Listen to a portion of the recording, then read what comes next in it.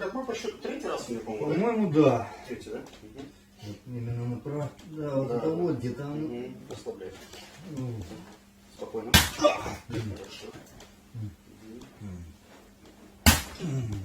Хорошо.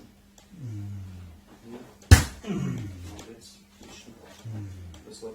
Хорошо.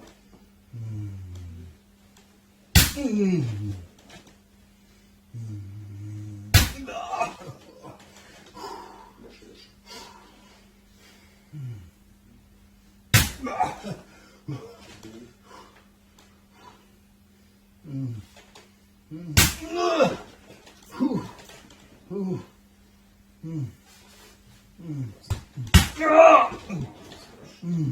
Приподнимись. Вот, ложись. Вперед, вот так дальше.